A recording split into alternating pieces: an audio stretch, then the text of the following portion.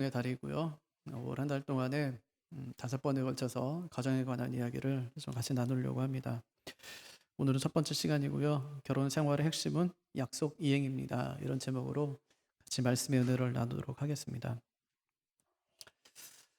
결혼의 제도는 하나님께서 만드신 거죠. 왜 만드셨을까요? 결혼. 왜 하나님께서 하게 하신 걸까요? 뭐 하라고? 하나님의 형상을 회복하는 거예요. 하나님이 세상을 만드셨죠? 하나님의 형상대로 만든 것은 사람밖에 없어요. 근데 사람끼리 모여서 살아가야 돼요. 살면서 뭐 해야 되냐면 하나님의 형상을 회복해 가는 거예요. 근데 그게 어려워요. 왜 어렵냐면 죄인과 죄인이 만나기 때문에. 나 혼자 사는 것도 힘들어요. 또 나 혼자 살아도 죄를 많이 짓고 산다고요. 근데 죄인과 죄인이 만났어요. 어떻게 될까요? 격돌해요. 그때부터 다투기 시작하는 거예요. 그러면서는 하나님의 형상을 이룰 수가 없어요. 그래서 어떻게 되냐면 죄인과 죄인 사이에는 항상 예수님이 서야 돼요. 예.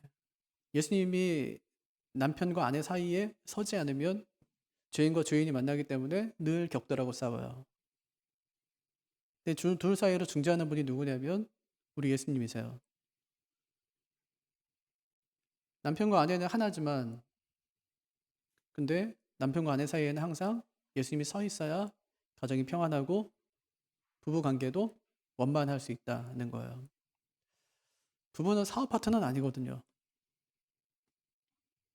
같은 꿈을 꾸고 같은 믿음을 가지고 같은 곳을 바라보면서 살아가는 가장 좋은 친구가 부부예요.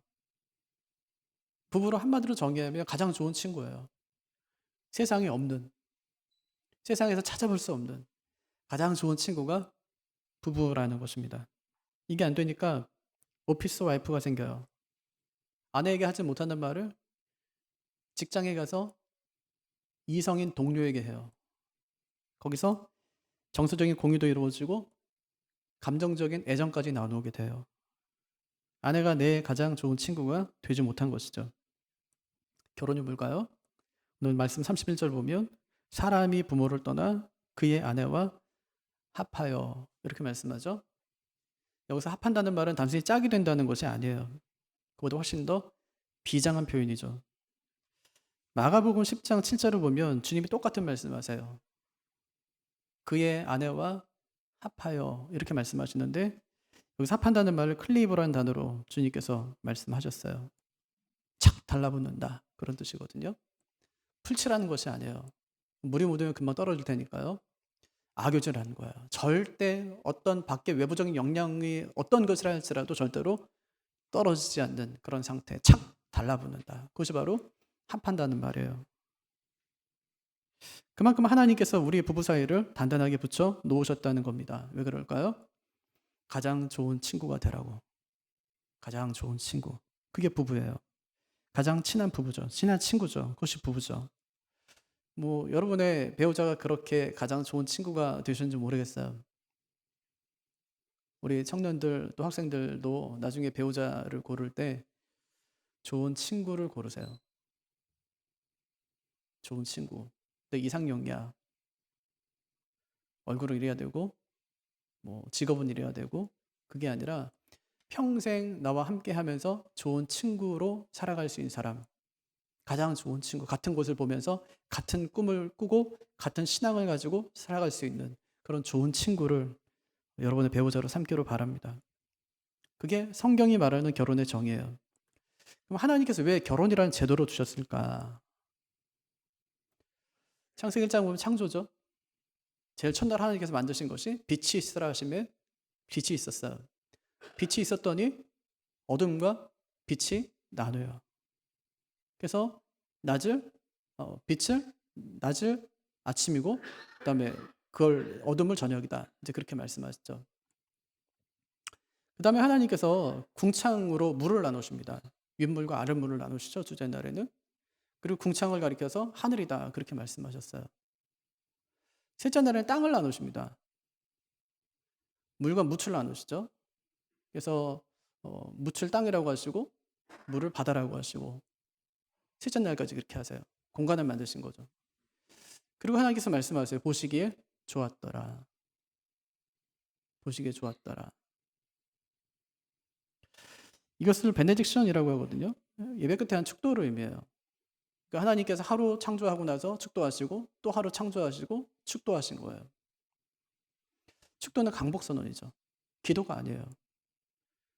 축도 끝에는 축원하옵나이다라고 하지 않죠. 뭐 그렇게 하는 데도 있지만 저희 교단은 그렇게 하지 않아요. 왜냐하면 강복선언이기 때문에. 하나님께서 목사를 통해서 복을 선언하시는 거예요. 그래서 축도할 때는 이렇게 손을 올리죠. 그럼 성도들이 이 손을 봐요. 여러분 다 눈 감고 계시잖아요. 올렸는지. 말하는데 누구만 하냐면 애기들만 알아요. 그래서 아기들도 이제 손 올리고 막 기도해요. 목사님 하는 거 봤으니까. 뭐 하는 거냐면 손을 바라보는 거예요. 하나님께서 이 손을 통해서 주시는 그 축복을 바라보는 것이죠. 담임 목사가 하는 게 아니에요. 설교자가 하는 거예요. 그날 말씀을 전한 설교자가 강복 선언으로 하는 거죠. 민수기 말씀도 괜찮고 또 고린도 후서 말씀도 괜찮고 일반적으로 하는 축도를 그렇게 하는 거예요. 베네딕션 하는 거죠. 하나님께서 그렇게 하셨어요. 이렇게 창조를 마친 다음에 여섯째 날 하나님께서 보시기에 심히 좋았더라 그렇게 말씀하세요. 최상급을 사용하세요. 크게 축복하신 거예요. 크게 하나님께서. 근데 그러고 난 다음에 갑자기 보시기에 좋지 않은 것이 등장합니다. 보시기에 좋지 않은 것. 이게 창세기 2장 18절인데 사람이 혼자 사는 것이 좋지 아니하니. 여기서 좋지 않다는 말은 나쁘다는 뜻이 아니에요. 이것보다 더 좋은 상황이 있을 것 같은 거예요. 지금도 좋아요. 그런데 이보다 더 좋은 상황이 있다는 거예요. 있을 수도 있다는 거예요. 그래서 하나님께서 말씀하세요. 내가 그를 위해서 돕는 배필을 지으리라. 새 번역 성경은요. 그에게 알맞은 짝을 만들어 주겠다. 이렇게 번역했어요. 그때부터 이제 하나님의 중매가 시작되는 거예요. 누구 데려왔을까요? 하나님께서. 중매할 때. 제일 먼저 누구 데려왔을까요? 하와는 아니에요. 제일 마지막이에요. 누구 데려올까요? 들의 모든 짐승과 공중의 모든 새. 이걸 하나님께서 흙으로 만드세요. 아담에게 데려오세요. 아담에게 이름을 짓게 하세요. 하나님께서. 이름을 짓는다는 의미를 한번 생각해 보세요. 여러분 선을 봤어요. 스타벅스에서 선을 봤어요. 네, 결혼 다 했는데 안 한 것처럼 하고 네, 처녀라고 생각해 보세요. 총각이고 선을 봤어요. 내 앞에 자매가 앉아 있는 거예요. 제일 먼저 물을까요? 이름이 뭐예요? 하고 묻겠죠? 처음 본 남자예요. 이름을 가르쳐줘요? 안 가르쳐줘요? 가르쳐줘요. 왜 그렇죠? 선보러 나왔으니까. 교제가 시작되는 거예요. 깨졌어요. 마음에 안 드는 거예요. 그 다음 사람. 그 다음 사람. 그걸 하나님께서 아담에게 하신 거예요. 시간이 얼마나 걸렸는지 모르겠어요. 근데 들의 모든 짐승, 하늘의 모든 새를 아담 앞에 다 지나가게 하세요. 선보여 주신 거예요. 결론이 뭐냐? 그들 중에는 돕는 배필이 없다는 거예요. 동물을 다 지나가게 했고 다 교제했지만 없어요. 아담이 좋았을까요? 동물들과 교제할 때 좋았을까요? 좋았어요.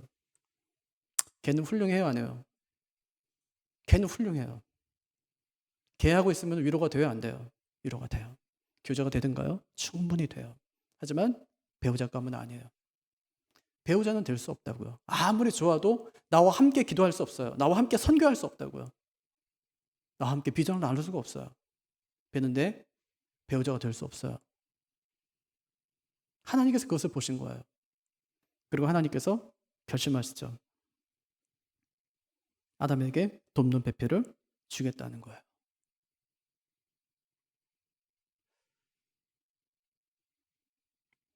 하나님께서 아담을 잠재우십니다.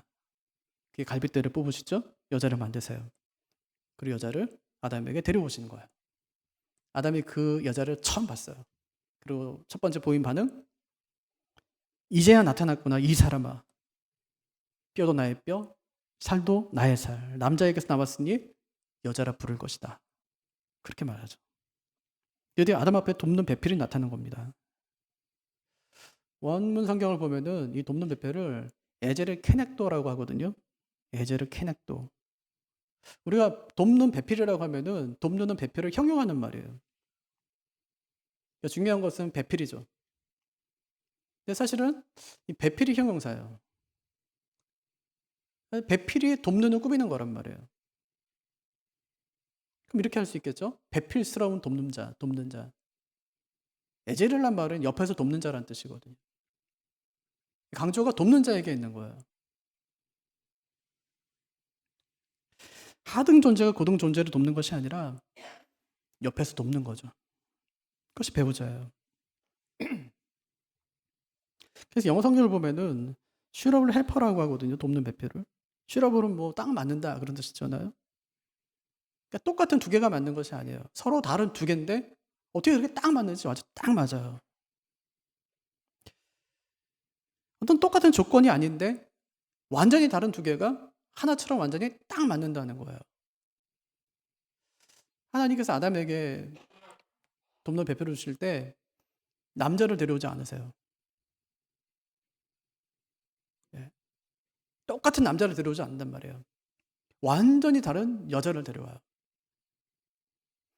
여자를 데려왔는데 둘이 딱 맞아요.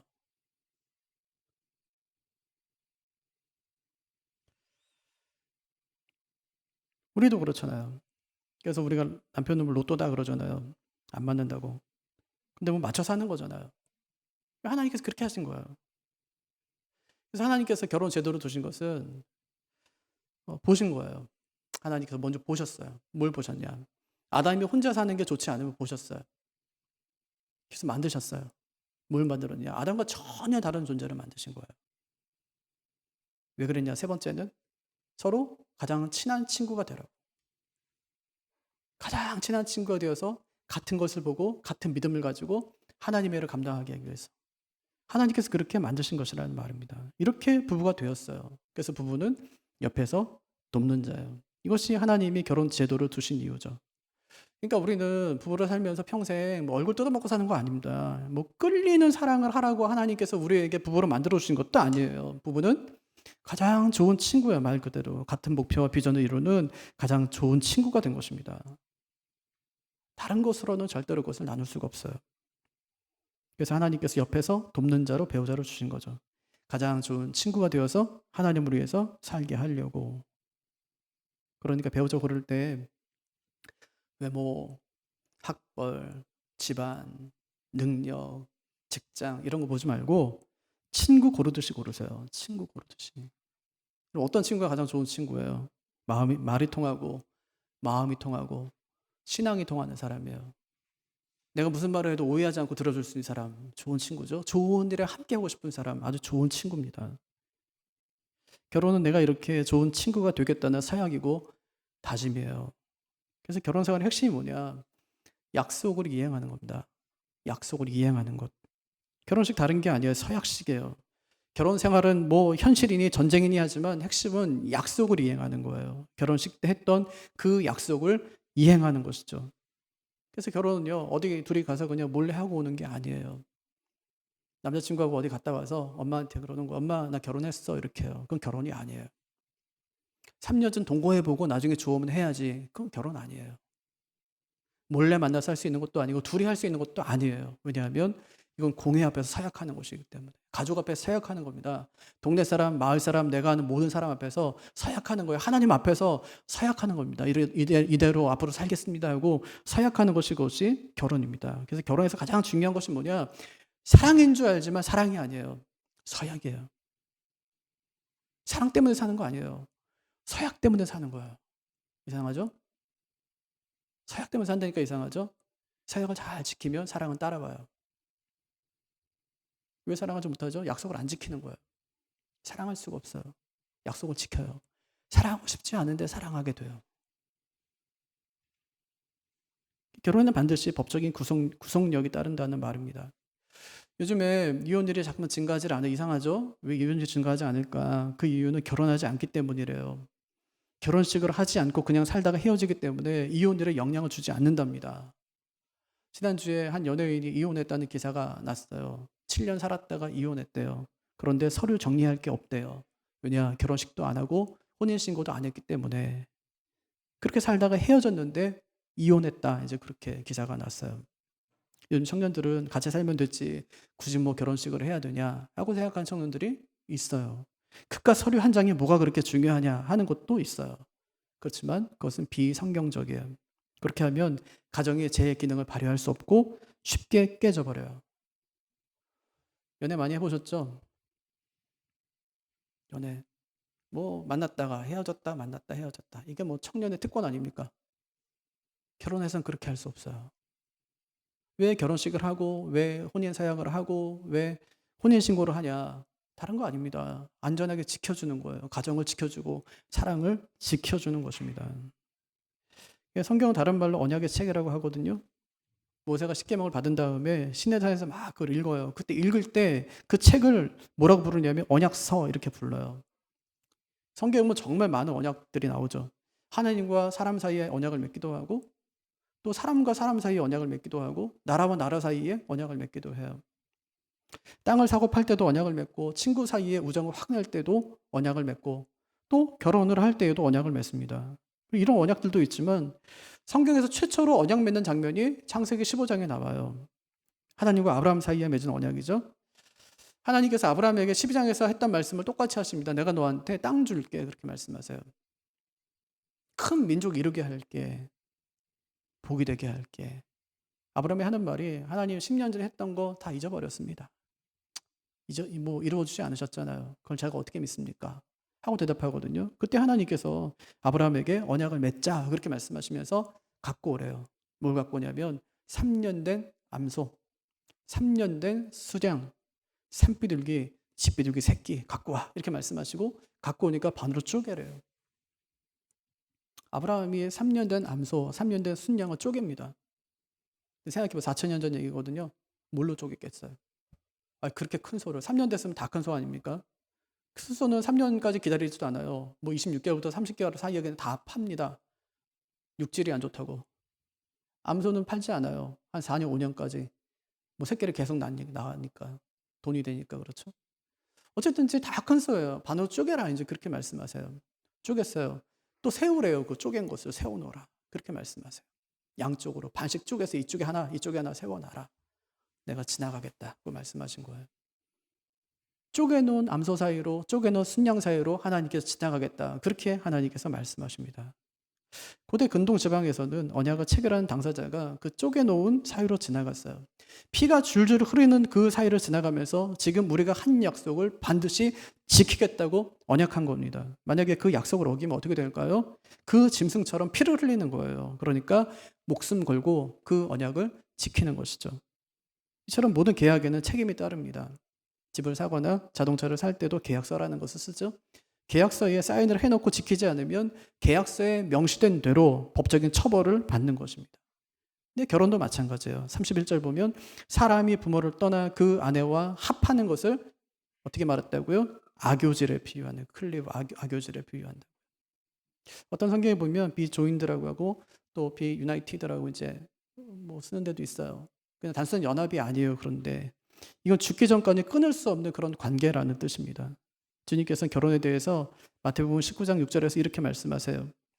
그런즉 이제 둘이 아니요 한 몸이니 그러므로 하나님이 짝지어 주신 것을 사람이 나누지 못할지니라. 그렇게 주님께서 말씀하시죠. 한마디로 말하면 이혼 불가예요.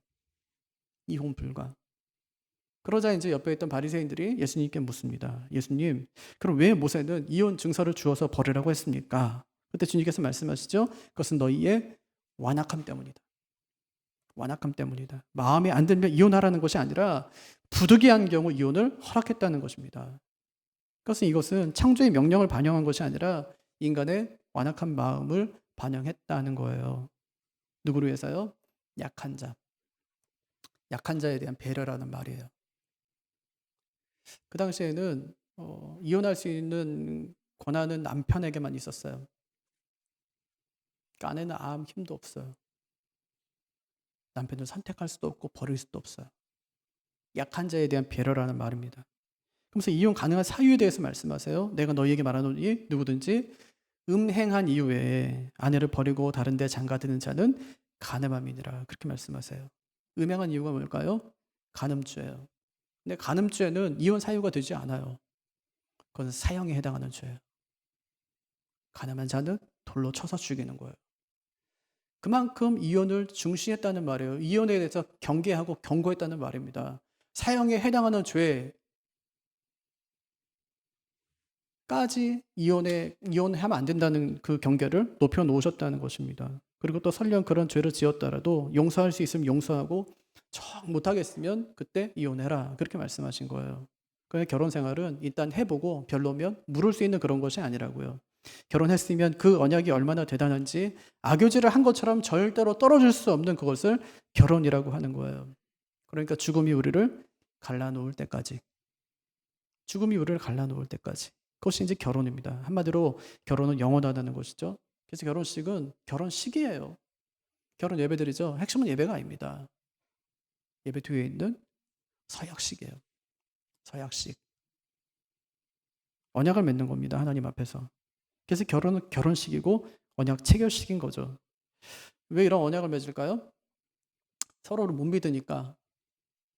서로 못 믿으니까. 사랑하기 때문에 결혼한 것 같지만 참 연약하기 때문에 결혼하는 거예요.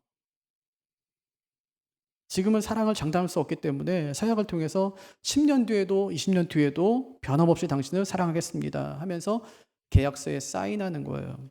그러니까 결혼식은 서약식입니다. 결혼식의 하이라이트는 신랑 신부 입장이 아니에요. 신랑 신부 행진이 아니라고요. 하이라이트는 검은 머리 파뿌리 될 때까지 당신만 사랑하겠다는 서약식입니다. 그래서 서로 반지를 끼는 거죠. 반지를 끼고 평생 나의 반려자는 당신입니다 하는 것을 잊지 말라는 거예요. 죽음이 우리를 갈라놓을 때까지 내가 누구에 헌신하고 누구와 함께 살아야 되는지를 잊지 말라는 것입니다. 우리는 우리 앞에 어떤 일이 펼쳐질지 모르죠. 내일 일도 모르고 1분 뒤에 일어날 일도 몰라요. 하지만 한 가지 분명히 아는 사실이 있습니다. 20년 뒤에도 30년 뒤에도 내 남편과 아내가 여전히 나와 부부로 함께 있을 것이라는 거예요. 어떻게 알 수 있죠?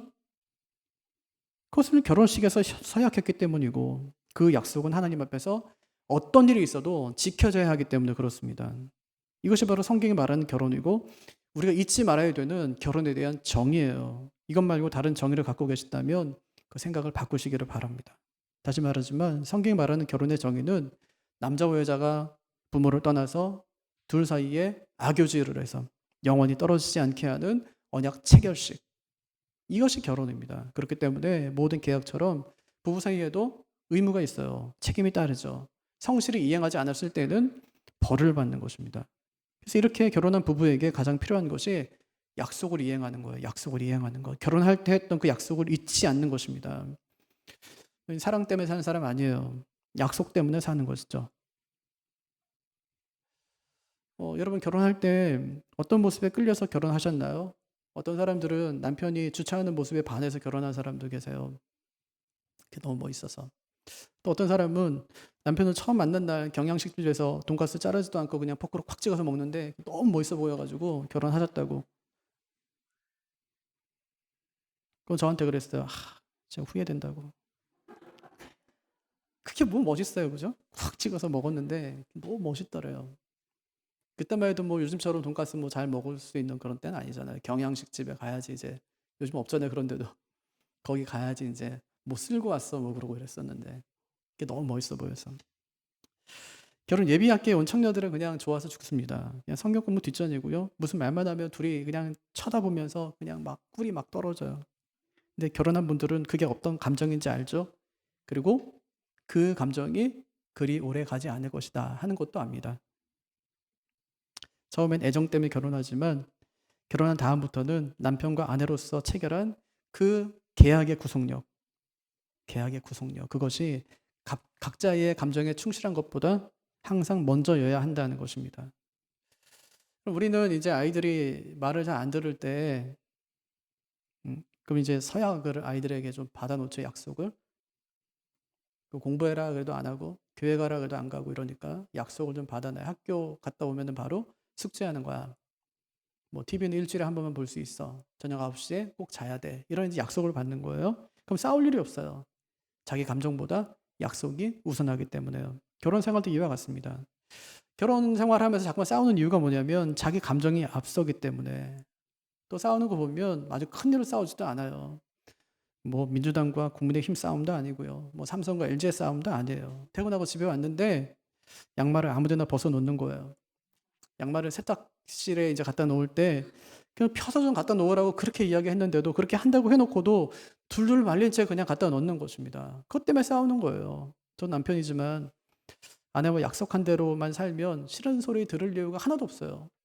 근데 그 약속은 제가 지키지 않으니까 제가 "다음에 꼭 그렇게 할게." 이렇게 늘 이야기하는 거죠. 내 자율적인 선택이 약속을 이행하는 것보다 항상 뒤에 있어야 하는데, 그것이 늘 지켜지지 않기 때문에 부부간에 다툼이 있는 것입니다. 여러분 잊지 마십시다. 약속 이행이 먼저고 내 자율적인 선택은 그다음인 거예요. 사랑도 마찬가지죠. 약속 이행이 잘 이루어져야 그다음에 사랑도 이루어질 수 있는 거예요. 약속을 안 지킨다 어떻게 사랑하냐고요. 각서 막 백날 썼는데 지키질 않는데 어떻게 그 사람을 사랑할 수가 있어요.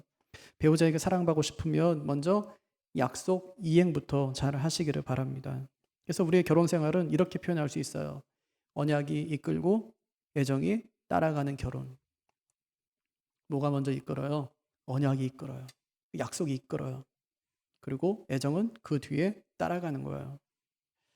결혼까지는 애정이 끌고 올 수 있지만 수시로 변한 애정만으로는 절대로 결혼 생활을 유지할 수 없습니다. 반드시 약속 이행이 선행돼야 행복한 결혼 생활을 할 수 있는 것이죠.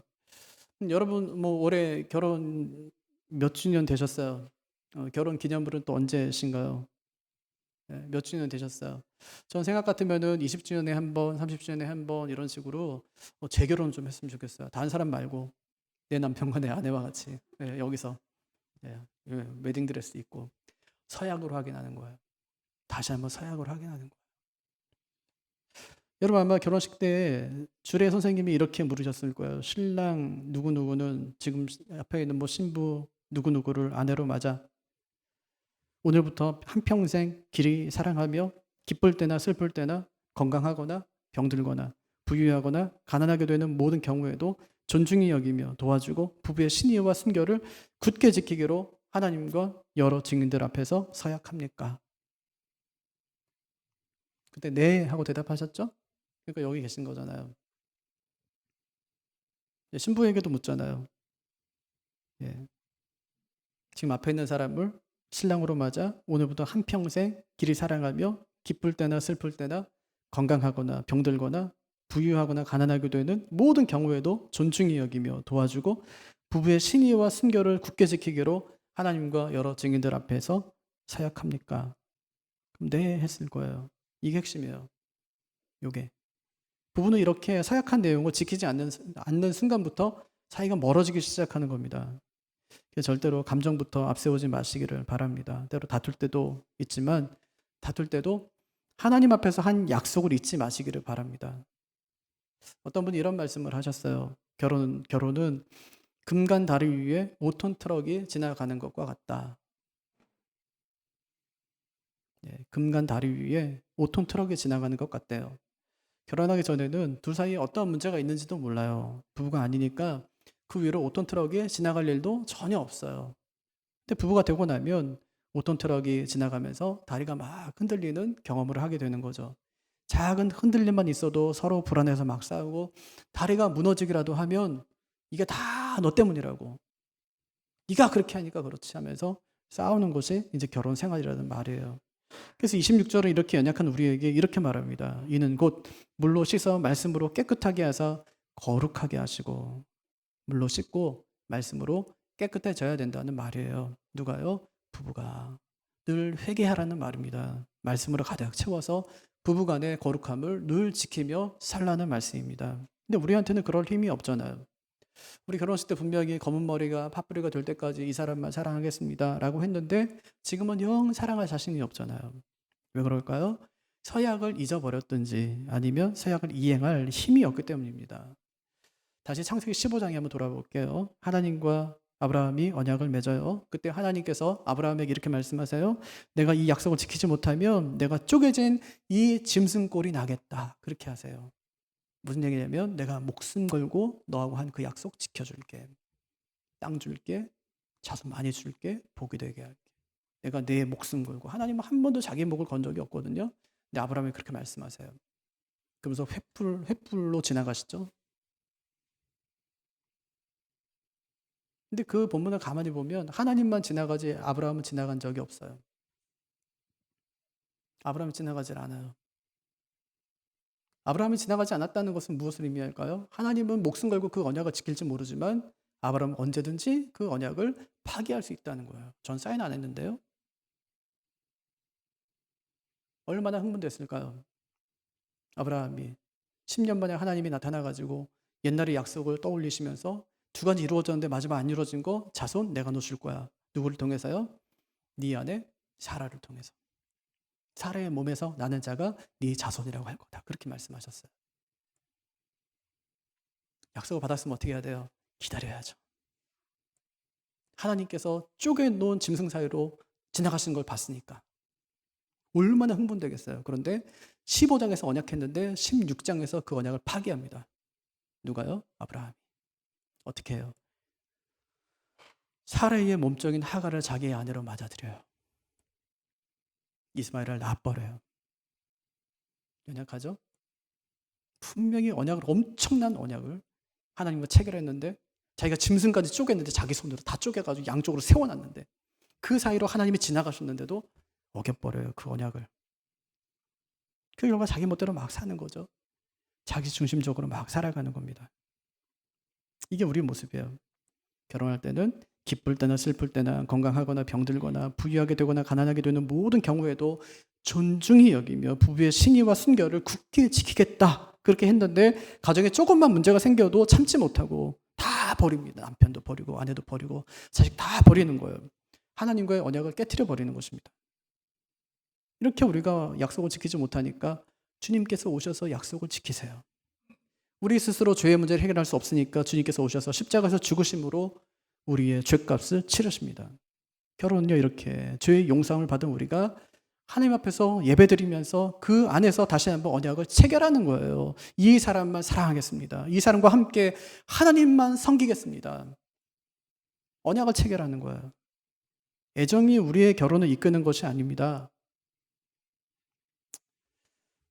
나이 드신 분들이 농담처럼 하는 말이 있죠. 사랑으로 사나요? 의리로 살지. 의리로 살지. 사랑으로 사나요? 그러잖아요. 우리가 하나님 앞에서 했던 그 사역이 앞에서 일하고 애정은 그 뒤를 따라가면서 아름다운 결혼 생활을 유지하게 하는 거예요. 그래서 결혼은 항상 언약이 이끌어요. 약속이 이끈다고요. 당신과 했던 약속. 당신과 하객들과 하나님 앞에서 했던 그 약속이 이끌어요. 그리고 애정은 그 뒤를 따라가는 거예요. 약속을 잘 지키면 애정은 저절로 따라가요. 약속에 문제가 생기면 절대 사랑할 수 없어요. 약속이 파기되면 사랑도 끝나는 거예요. 부부간의 신의가 얼마나 중요한지 모릅니다. 그래서 우리의 결혼 생활을 유지하게 하는 것은 복음밖에 없어요. 내 인격과 사랑으로는 하나님 앞에서 한 약속을 절대로 이행할 수 없습니다. 그러기에는 내 인격과 사랑이 너무 불완전하고 보잘것없어요. 그래서 오직 나를 위해 십자가에서 죽으시고 약속의 본을 보여주신 주님의 은혜, 그 복음의 능력을 가진 자만이 이 결혼 생활을 아름답게 잘 유지해 갈 수 있다는 것을 잊지 마시기를 바랍니다. 결혼 생활의 핵심이 뭐라고요? 약속을 이행하는 거예요. 약속. 언약이 이끌고 애정이 따라가는 결혼. 무엇보다 약속 이행으로 견고한 결혼 생활을 유지해가는 우리 모두가 되기를 주님의 이름으로 축복합니다.